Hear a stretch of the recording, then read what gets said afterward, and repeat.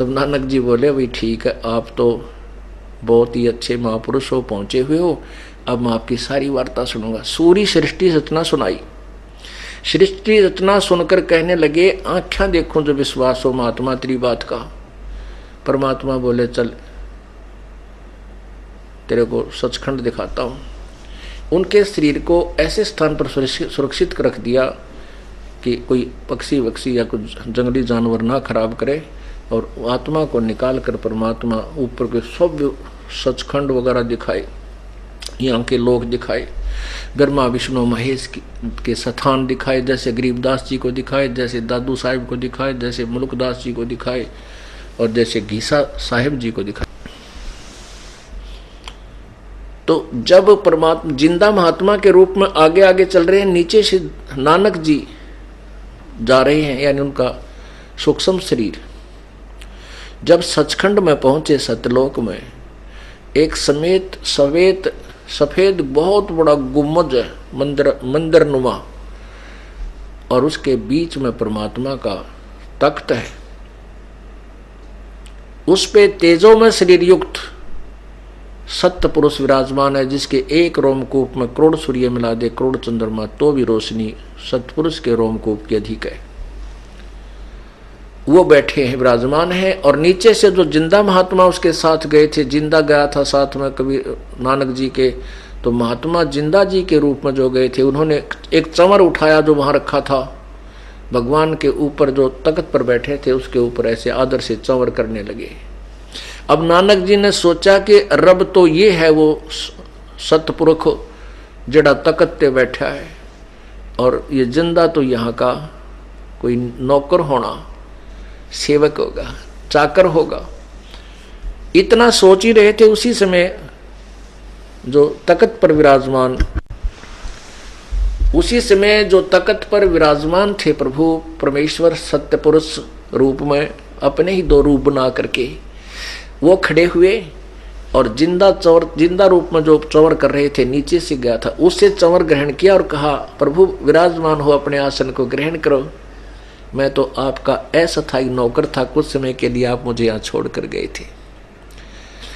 और वो चंवर करने लगा, वो तेजो में शरीर युक्त, और कबीर जी के ऊपर जो जिंदा महात्मा भगवान ओवरऑल कंट्रोलर की सीट पर बैठ गया, कुल मालिक के तख्त पर, तो वो पहले बैठा था जो भगवान, वो जिंदा पर चंवर करने लगा। अब नानक जी सोच रहा है, वे कमाल की बात है, भगवान और इस साधु संत पर कैसे, और ये कैसे भगवान वाली सीट पर बैठ गया। इतना सोच ही रहा था, तभी वो तेजो में शरीर कबीर जी जिंदा वाले शरीर में समा गया, और वो चंवर अपने आप प्रभु की शक्ति से चल रहा है।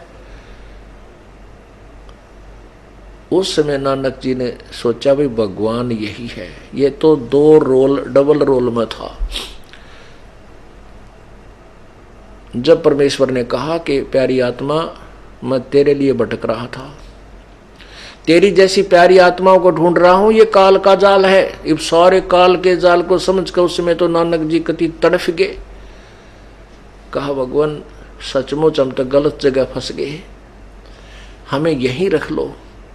परमात्मा बोले ऐसे नहीं रखा जा सकता, आप अपनी सब इच्छा से गए थे, इच्छा रूपी खेलन आया ता सुख सागर नहीं पाया, सब इच्छा से तू वहां गया है, इसलिए तेरे को यहाँ प्राप्ति नहीं हो रही। अब वहां जा, काल का ऋण मुक्त हो, सतनाम तुझे मिलेगा, वो मैं दूंगा। जब तक तुझे सतनाम प्राप्त नहीं होगी, तेरी कमाई यहाँ ने योग्य नहीं बन पाएगी, और गुरु के बिना मोक्ष नहीं। मैं बनारस में, काशी में धानक का काम करता हूं, जुलाहे का, और रामानंद जी मेरे गुरु हैं, और वहां आ जाना। ऐसे 3 दिन बीत गए, पूरा प्रोसीजर घुमा फिरा के दिखाया, और नानक जी जिद करते रहे, प्रभु मुझे वापस ना भेजो, बहुत गंदा स्थान है वो। तो परमात्मा ने बताया कि प्यारी आत्मा 60,000 तो तेरे अम्बरीश और राजा जनक जैसे ऐसे VIP जन्म हो लिए, और फिर भी ज्यों का तू काल के जाल में, और तेरे जैसी पुण्यात्मा भी अब काल के जाल में है, तो और जीव कैसे पार हो सकता है। ये तो मेरी शरण में रहोगे तो पार होगे। तब इतने में 3 दिन बीत गए। तीसरे दिन उधर से सबने जो जैसे नानक जी ने डुबकी लगाई दरिया में बाहर नहीं आया, तो वहां स्नान कर रहे व्यक्तियों ने देखा कि वे नानक जी तो डूब गया। काफी देर तो इंतजार की कि बाहर तो नहीं आया तो डूब गया। मिनट 2 मिनट 10 मिनट आध घंटे देख के फिर गांव में भाग लिए। उनकी बहन जी को बताया, उनके बहनोई जी को बताया। उधर से नवाब तक बात पहुंच गई, नानक जी डूब गए। नवाब ने उस दरिया में डाउन स्ट्रीम में जिधर पानी बहकर जा रहा था वहां गोताखोर छोड़ दिए, जाल डलवा दिए 5-5 10-10 किलोमीटर तक, कुछ नहीं मिला। सभी ने सोच लिया कि नानक जी के ऊपर रेती फिर गई, गारा में उसका शव गड़ गया, अब वो खत्म हो गया। हाहाकार मच गई। तीसरे दिन सुबह सुबह उसी समय जिस समय स्नान करने जाते थे और वन्य भी स्नान कर रहे थे, उसी कंडे उसी किनारे पर फिर जा करके वहां प्रकट हो गए, वहां पहुंच गए। क्योंकि वो आत्मा वापस छोड़ दी। शरीर धारण करते ही, शरीर में प्रवेश होते ही यदि परमात्मा अगर वो चारपाई पर लेटे लेटे वहां बता रहे होते तो सोपन मान लेते। शरीर खेतों में रखा है, वहां देखा मैं यहाँ आया कैसे, फिर वह सारी सच्चाई होगी कि सचमुच मैं सचखंड होकर आया हूं, वो परमात्मा थी। तो उस समय उनका एकदम भाव बदल गया। ये संसार कति असार लगने लगा। जब दरिया के किनारे वो देखे उन नहाने वालों ने, स्नान करने वालों ने कि नानक आ गया, आज डर गए, भूत भूत भाग गए। कुछ कहने लगे, रहे भूत ऐसा होया करे। देखा किसी ने भूत, 2-4 डटे। उन्होंने बात की, कहाँ गए थे तुम? कि मैं सचखंड गया था। कौन लेके गया था? कि भगवान आए थे मुझे लेने के लिए। अब वो फिर उनके बहन और बहनोई तक बात गई, राजा तक बात पहुंची, सारा नगर भाग लिया देखने के लिए, घर ले आए। कहने का भाव ये है कि फिर मोदी खाने के अगले दिन नौकरी पर चले गए। नवाब ने पूछा कि कहाँ गए थे नानक जी? उस दिन जाकर के उसने क्या किया कि जाते ही को 2-3 दिन का सबका अकाउंट शेष था, वो सामान देना था। वो कहने लगे हम तक 3 दिन का सामान नहीं मिला। कहने के ले जाओ। अब उनके सामान गिने 1 2 3 13 के आगे गिने को नहीं, 13 यानी सारा लुटा दिया 13 करके, सारा खजाना खाली करके।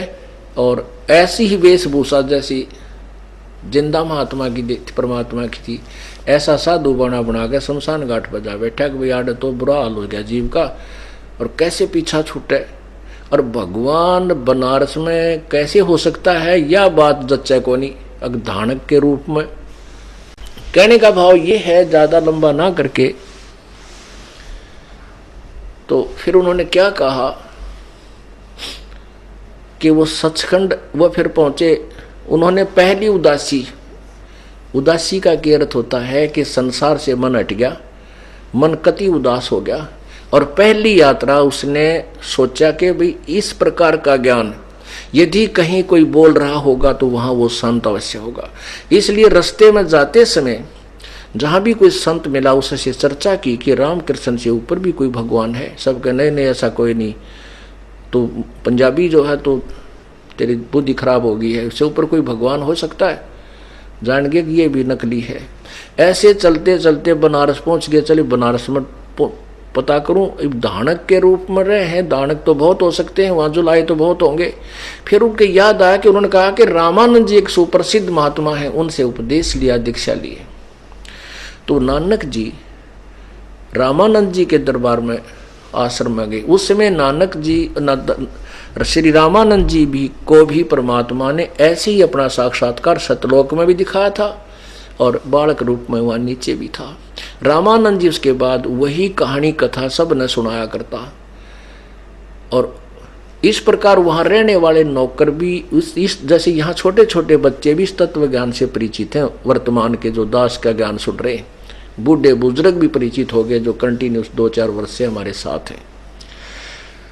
तो रामानंद जी के बारे में पूछा नानक जी ने, तो वहां सबने बता दिया कि वो महात्मा वहां रहते हैं आश्रम में। वहां जाकर के रामानंद जी को प्रणाम किया और उनसे पूछा कि यहाँ कोई कबीर नाम का आपका शिष्य है ना? आपका कोई शिष्य है जो यहाँ कबीर नाम है? और धानक का काम करता। परमात्मा ने बता दिया था कि मेरा ये नाम है, वहां पर मैं रहता हूं। अब रामानंद जी ने कहा कि वो मेरा शिष्य नहीं, वैसे तो गुरु है। और नानक साहब ने पूछा कि क्या राम कृष्ण से ऊपर भी कोई भगवान है? रामानंद जी ने कहा कि भाई इनसे ऊपर भगवान मैं भी ना मान्या करता, पर वो भगवान स्वयं ही आया हुआ है। उसी ने मुझे सचखंड दिखाया, सतलोक, और वहाँ ऊपर जब देखा तो पता चला है और सत्य है कि राम कृष्ण तो बहुत जो नीचे सतर के राम है, वो परमात्मा कोई और है। नानक जी का फिट बात होगी, बात बनेगी, ये है अवश्य, यही ज्ञान चाहिए था मुझे। तो नानक रामानंद जी से कहा कि मुझे उस कबीर जी से मिला दो। रामानंद जी ने एक नौकर, छोटा सा मतलब एक सेवक था उनका नौकर, उसको भेज, यानी नौकर नहीं सेवक यानी भक्त, उसको कहा कि जाओ आज। हाँ, परमात्मा ने कह दिया था गुरु रामानंद जी से कि स्वामी जी कल आपका दास नहीं आएगा आश्रम में, क्योंकि मेरा जो कपड़ा बुनने का काम कई दिन का रह गया, प्रभु देर से आऊँगा, श्याम ने दर्शन करूँगा आपके। वो पता था कि वो प्यासी आत्मा आएगी और तड़फ होगी, तो इस दानक के कुटिया में भी आओगी। तो वहाँ जब कहा कि रुक जाओ आप, रामानंद जी ने कहा कि आप ठहरो, श्याम ने यहीं आएंगे। अब कहाँ रुका जा था जिस पे परमात्मा की चाह है। वो कहने लगे मुझे उनके घर बता दो, मैं वहीं चला जाऊँगा। रामानंद जी ने एक सेवक से कहा, जा बेटा इस भगत को और परमात्मा से मिला दे, कबीर जी से। अब जब नानक जी उस भगत सेवक के साथ चले, उससे चर्चा करने लगे, क्या रामकृष्ण से उत्ते भी कोई रब है? वो भी जैसे हमारे बच्चे भी सृष्टि रचना से जो है ना ओतप्रोत हैं। वो कहने लगे रामकृष्ण तो एक विभाग के, एक विष्णु तो एक ब्रह्मांड में एक विभाग का सतोगुण का मंत्री है, और इनका पिता काल है, और इससे ऊपर परब्रह्म है, और वो पूर्ण ब्रह्म सतलोक पूर्ण परमात्मा का जो वो सबसे ऊपर का भगवान है, सर्वशक्तिमान है, वही तो काशी में आया हुआ है। ये वही भगवान है जहां आप जा रहे हो। ओए होए, तब नानक जी कहता है कि उत्तरा गजब, मैं तो इस परमात्मा कबीर जी के सेवकों की चरणों की धूल भी को ना, जो मेरा आज तक का ज्ञान था। परमात्मा पुणात्मा जिन भगवान चाहिए, एक चोट से धारिया जिन मिलन दाचा। जब दाके परमात्मा जानबूझकर उस दिन ये लीला दिखाना चाहते थे, अपना कपड़ा बुन रहे हैं खड्डी में बैठ करके, और वही सकल जो सतलोक में जिंदा वाले रूप में गई थी और तख्त पे विराजमान हो गए थे, और तेजो में शरीर उन्हीं में समा गया था। वही स्वरूप, वह सूरत, वो मोहनी सूरत वहां बैठी और कपड़ा बुन रही है। और देखकर उस डबल रोल में उस मालिक को नानक जी ने क्या कहा, कहते हैं फाई सूरत मुल्क की वेश, ए ठगवाड़ा ठगी देश, खरा सियाणा बहुता बार, लोगो ये धानक रूप रहा करतौर। और ऊंचे ऊंचे स्वर में बोला, आख्या में पानी आ गया, ये दानक रूप रहा करता। और अब जुल्हाए लोग कबीर जी ने दानक भगवान कैसे माने, वो तो उनका कुलीक था। ओ तेरा गजब, अड़न्यो बिजली पड़ रही है, लेकिन लाल की परख जोर ही कर सकता है। नानक जी जोर ही हो गए थे। तब नानक जी की उसकी वार्ता हुई परमात्मा की। परमात्मा बोले, प्यारी आत्मा, अब तेरी कोई नहीं सुनेगा, ये मान लेना सत मेरी, बाकी आप उपदेश करो। लो, और ये सत्य पहला मंत्र दिया, और हफ्ता 10 दिन महीने 2 महीने वो वहीं रुके कि मैं तो आपका दास, आपके साथ रहूँगा कुछ दिन। तो दूसरा नाम कुछ, क्योंकि प्यारी आत्मा को ऐसी जरूरत नहीं कि 4 महीने होने चाहिए, उसको महीने 2 महीने में 10 दिन में जब भी अधिकारी है दूसरा मंत्र दिया जा सकता है। लेकिन अब कलयुग घोर आ गया है, और इसलिए हम थोड़ा समय इस प्रथम मंत्र के अभ्यास का आपको देते हैं। और शराबी को अभी घने हो गए, इतने वो बुराई छूटनी होगी तो छोड़ लेगा, ना कुएं में पड़ो। तो इसीलिए 4 महीने का समय दिया जाता है कि इसने जो बकवादी होंगे वो रह जाएंगे, जिन्हें भगवान चाहिए वो एक आधी नाम तोड़ ताड़ कर सेट हो लेंगे। सतनाम लिए पाछा नाम नहीं टूटना चाहिए, ये अभी तुम घने लेट हो जाओगे। तो कहने का भाव कि दूसरा भी नाम ले लिया सतनाम है, ओए होए होए, फिर लाने लगे रट रट तरह गजब हो, ये थे वो मंत्र, और ये है वो गुरु, वाहे गुरु सतनाम श्री वाहे गुरु सतनाम श्री वाहे गुरु। अब लागे रटना, रत मर गया था, कति बात बिगड़ गई थी, जीवन नष्ट हो गया था। अब नानक जी ने, गरीबदास जी ने अपनी वाणी में कहा कि झांकी वेख कबीर की, नानक की वाह सिखा के गलपड़ी कौन छुटावे था। अब नानक जी तो वाहे गुरु कहते उस कबीर परमात्मा का नजारा सतलोक में देखकर कि वाहे गुरु वो भगवान या गुरु रूप में आया है। अब वो तो वाहे गुरु के भगवान कबीर साहब को। अब सिख धर्म के, पवित्र सिख धर्म के लोगों के नाम तो वाहे गुरु नाम जपाए, वाहे गुरु वाहे गुरु वाहे गुरु वाहे गुरु वाहे गुरु। अब परमात्मा कहते हैं या सिखा के गलपड़ी कौन छुटावे था, इसने कुकर छुटवाई। मैंने यहाँ भगत आते हैं, ये कथा सुना देता हूँ जो पवित्र सिख धर्म से संबंधित है। जो समझदार हैं वो कहते हैं जी मारी तो छूट गई, और कोशिश कराएंगे औरों को भी समझाएं, हो सकता उनका भी उद्धार हो जाए। बोलो सतगुरुदेव।